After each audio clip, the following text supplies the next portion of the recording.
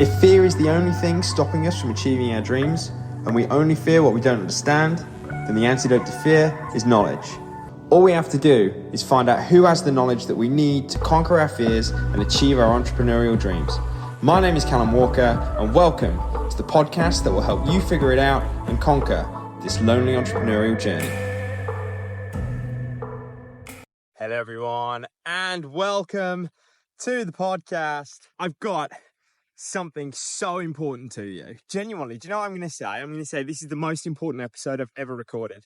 Why is that? It's a big promise to start off with. Well, it's really going to be about how you can consciously guard what is coming into your mind. Now, again, that can sound a little bit like confusing. Oh, what the fuck have you just said there, Callum? If we kind of look at positive thinking, that in order for us to have success with our business, we need to think positively. We need to think constructively. Because if I'm constantly thinking negative, or more importantly, destructive thoughts, I'm going to, experience negative actions or destructive actions. So in the sense of that, let's say I'm constantly thinking, I've got no clients, I've got no clients, I've got no clients. Well, again, the way in which the mind works is very much centered around your wish is my command. So you will then believe that you have no clients, which then means you will then take actions that are in line with no clients. Because you'll probably be thinking, I've got no clients, because everyone keeps rejecting me. Everyone keeps rejecting me. So if I'm constantly holding into this thought pattern of I'm constantly getting rejected, I eventually believe I'm getting rejected. No one wants to be rejected because that results in a lot of pain. So therefore, I will take actions to avoid the rejection, which then means I have no clients. Does that make sense? So what I'm going to help you with today is how you can overcome that. And also I'm going to share with you what I'm currently doing and what I've done today specifically that will really help you get better at really kind of like controlling your mood. And that does two things for you. One, it will keep you in more of a positive space. So naturally you can then take more constructive, positive actions. But then secondly, and much more importantly, it'll make this game so much more fun. It'll make it so much more fun because when you're not believing that you're a bag of shit and this is a waste of time, it's actually much more of a fun and enjoyable game. And you remember why you actually decide to do this ridiculous thing called running a business. So, again, I've just come back from Sri Lanka. I think I've been back just over a week now. And I really did connect with a lot of the Buddhist teachings. And it's really interesting because they basically talk about when you're experiencing pain, when you're experiencing a negative situation, it's not about burying your head in the sand and hoping that this negative situation, hoping that this pain will go away. That is not the way in which we overcome the pain. The way in which we overcome the pain is by recognizing there's some fucking pain here. There's a problem. There is a problem. But what I need to do is address what's causing this problem. What is happening right now that is causing this problem? And they basically refer to these things called nutriments, okay? So basically, let's more modernly call it nutrients, okay? So effectively what they're saying is, what are you feeding yourself? Because whatever you're feeding yourself or whatever you're exposing yourself to is going to drive your thoughts and your behavior. So when you are experiencing something negative, okay, so let's say you get in a negative headspace. Yesterday morning, I woke up and I was in a very negative headspace, okay? Very negative headspace. And when I was in that headspace, the first thing I need to do is, first of all, get to a place of stillness. So just take a breath. And then just begin to calmly ask myself, what could have potentially caused this negativity? What could have caused this pain? And they basically refer to like 4 key things, but I'm just going to talk about 2 today. being, first of all, what have you legitimately ingested? Okay. Or what have you not ingested, so to speak? So that's where we're really looking at your physiology. Yeah.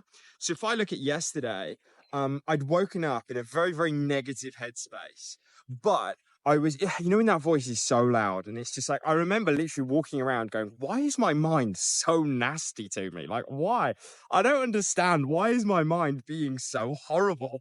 Like, I don't want these thoughts. These thoughts aren't even true. Like, why have I got these things? If you've ever experienced that, like, you're not alone. But then, and I think this just comes through more and more time and just more and more of a relationship with yourself, that I knew the only reason I'm in this negative space is because I didn't sleep very well. It was really hot and I didn't sleep particularly well. Now that does a couple of things. First of all, it kind of neutralizes it. So it takes the sting out of it, where it's like, when I've got these thoughts telling me, oh, you're a bag of shit, you're not very good, your business is blah, blah, blah, blah, it just takes the sting out of it. So I can go, you're only there because I'm tired. Okay. This is just amygdala in overdrive. That's all it is. Okay. And your amygdala is just the fear center. That's all this is. Okay. So that just kind of calms it. But then also knowing that the problem was sleep deprivation, I then know, like, okay, right, the following day, okay, or for the rest of the day, what can I do to improve the quality of my sleep? So it's like today I woke up and first thing I did, I got straight out of the house and I went for a walk. Okay. If you want to improve your sleep, that is probably one of the best things that you can do, because immediately I'm exposing myself to light. That's going to increase serotonin, one that makes me feel better. That will then help produce the melatonin later on in the evening. But then also it helps with circadian rhythm. Yeah. So the point is that I didn't wake up as negative today, and especially today throughout the morning. It's what? It's about 11:45 right now. I've just looked at my wrist and realized I don't have a watch. Anyway, it's 11:45 and I've been in such a positive state. I slept much better yesterday. I didn't really consume any caffeine yesterday. I spent time with loved ones. I was a lot slower. And then I also made sure that I exposed myself to a lot of darkness in the evening. I slept really well. The reason why we didn't sleep very well was because it was hot. We had the fan on, we had all the windows open, etc. So it was a much cooler room last night. So then that pain, that negativity, that suffering, I'm not experiencing that today. And that has helped immensely. But the other thing, which is the second thing that I want to really talk about, actually, no, I'm skipping ahead. So I come back to your physiology. What are you doing or what are you not doing that is going to be driving that potential negativity, that negative headspace? So I know for myself, what are my main negative triggers? My main negative triggers for me that get me in a terrible headspace. One, excessive caffeine. If I have too much caffeine, my heart is going like boom, boom, boom, boom, boom, boom, boom, boom, boom. And like, it's almost like the world is just going to pot. I don't feel stable. I feel out of control. So I know if I'm feeling that, it's due to excessive caffeine. So then I can look at these things. I can look into it. So it's like a couple of days ago, I was feeling that anxiety, but I hadn't changed the amount of caffeine that I'd consumed. I always have 17 grams of beans. Okay. I weigh my beans out because I get the flavor, but I had twice the anxiety. Now, why was that? And it was because I brought some beans back from Sri Lanka and I looked into them. They are Robusta beans. So they have twice the caffeine content, which means moving forward, if I'm going to consume those beans, I've got to consume 9 grams of those beans, not 18. But then secondly, I then go, okay, well, actually, maybe just making sure I don't have Robusta beans has an impact, because 18 grams of Arabica beans are perfectly fine. The same with alcohol. If I've had alcohol, it screws me. Honestly, like, this world is grey, miserable. It's horrible. It's such a horrible world when I've had some form of alcohol. So I don't have it. It's like we went to Sri Lanka. I was away for 2 weeks. I had 2 beers. And when I say I had 2 beers, I had one at day 5. It was when me and Alice were reunited. And we went out for dinner. I had a beer. And then do you know what happened? I woke up in the middle of the night just in pure sweats and anxiety. It was awful.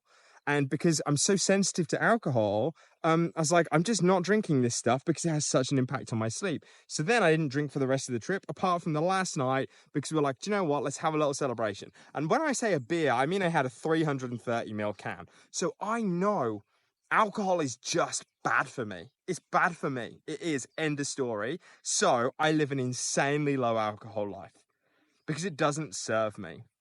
I then look at if I'm not doing cold water therapy, if I'm not exercising, if I'm not walking. But then the other thing is, those are things that I know that I'm not doing. So when you are in a negative space, there's two things. What are the things that negatively, in terms of what you're eating or you're actually ingesting, that have a negative impact on your headspace? But then secondly, what are the things that you can eat? What are the things that you do that just neutralize that just make it a little bit less painful, dark and gloomy? What are the exercise sessions that really help you out? And then ask yourself the question, have I been doing those chronically or not? And if the answer is no, okay, you know what the solution is and you can go and do that. So I think that this comes down to when we're experiencing any pain, when we're experiencing any problems, any challenges, go to the source. What is causing this? And then we can create a solution, and then we go and take the action to do it. Okay, so the first one is really centered around our physiology. But then secondly, which I think is more important in terms of what are we exposing ourselves to psychologically? Okay, what are we exposing ourselves to psychologically and emotionally? So I kind of look at this morning. Why has this morning been so good? Well, normally I'll just tell you about my kind of morning routine because it'll really kind of, maybe help you just kind of see a couple of things that trigger you as well.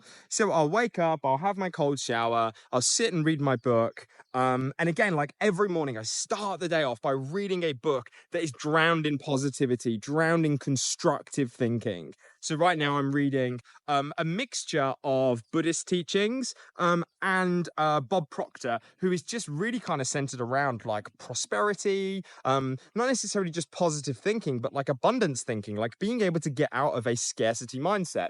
So I started the day off this morning. First of all, I've had a cold shower. That's driving up my dopamine. That's making me feel more motivated. It's cleaning out the cobwebs. I've done a little bit of breath work. I'm operating from a more positive state. I've changed my physiology to be more positive and more healthy. But then secondly, I then go and expose my mind to something more positive. I started the day off in this potential, there's possibilities, there's constructive ways of being able to do things as opposed to being in a negative headspace, okay?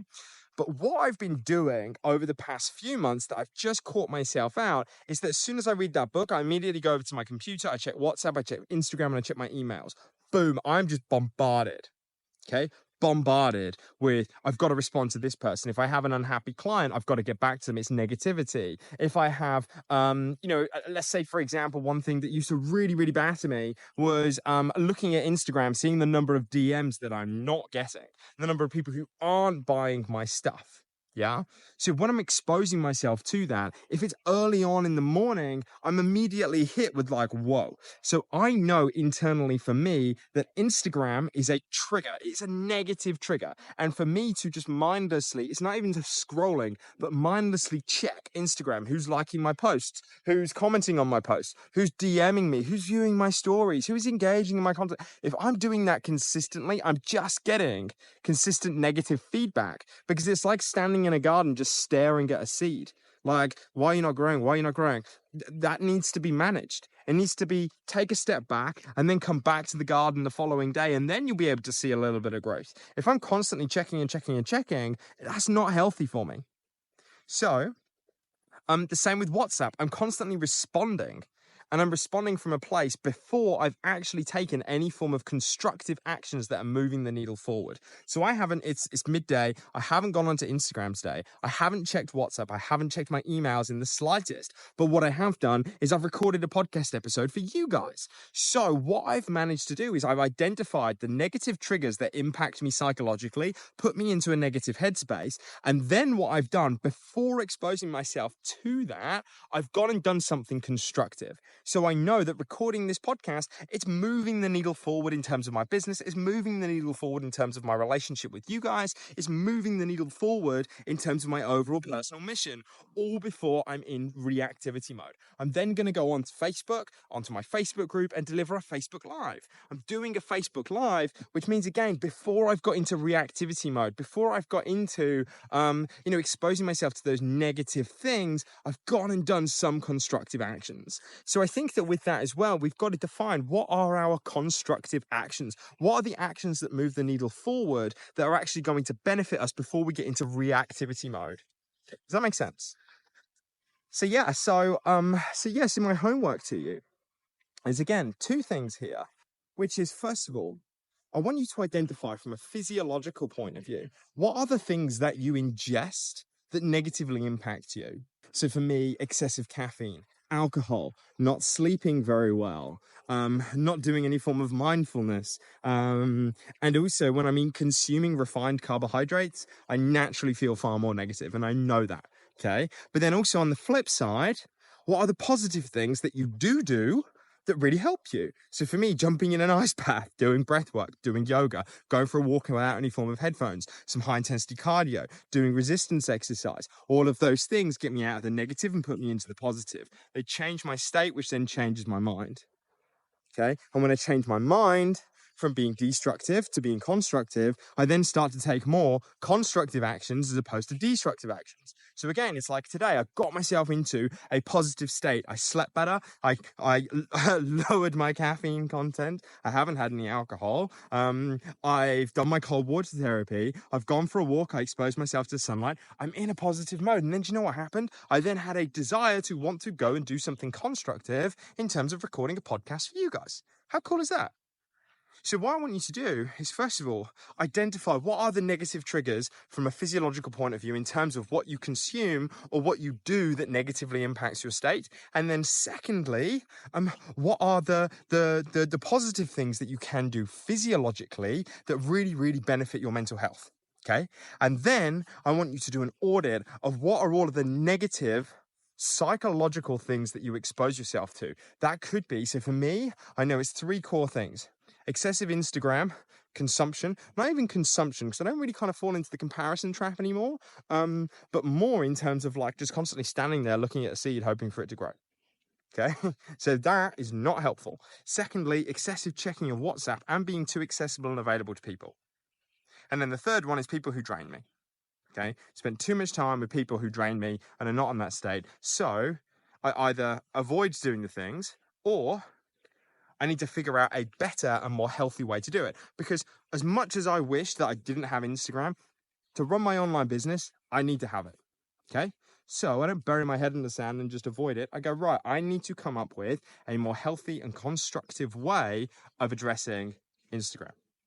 I need to come up with a more healthy and constructive way of addressing WhatsApp, of addressing my emails. Does that make sense? So I want you to do a little audit. What are all the negative things that screw you up, that make you feel like crap? And then either how can I get rid of it, or how can I expose myself to this in a more healthy way? Never forget, if every one of your clients gave you just one new client, you've doubled your business. Have you got a client who isn't losing weight right now and you have absolutely no idea why? And maybe you're worrying that if nothing changes, they could drop off at any moment? Well, I've got a free nutrition masterclass for you where I reveal the secret nutrition strategy that guarantees that stuck client loses 2 to 4 pounds in the next 7 days without lowering their calories, upping their cardio, or even tracking macros. Click the link in the description to get access to the free Elite Nutrition Secrets Masterclass and get your client moving in the right direction, stopping them dropping off today.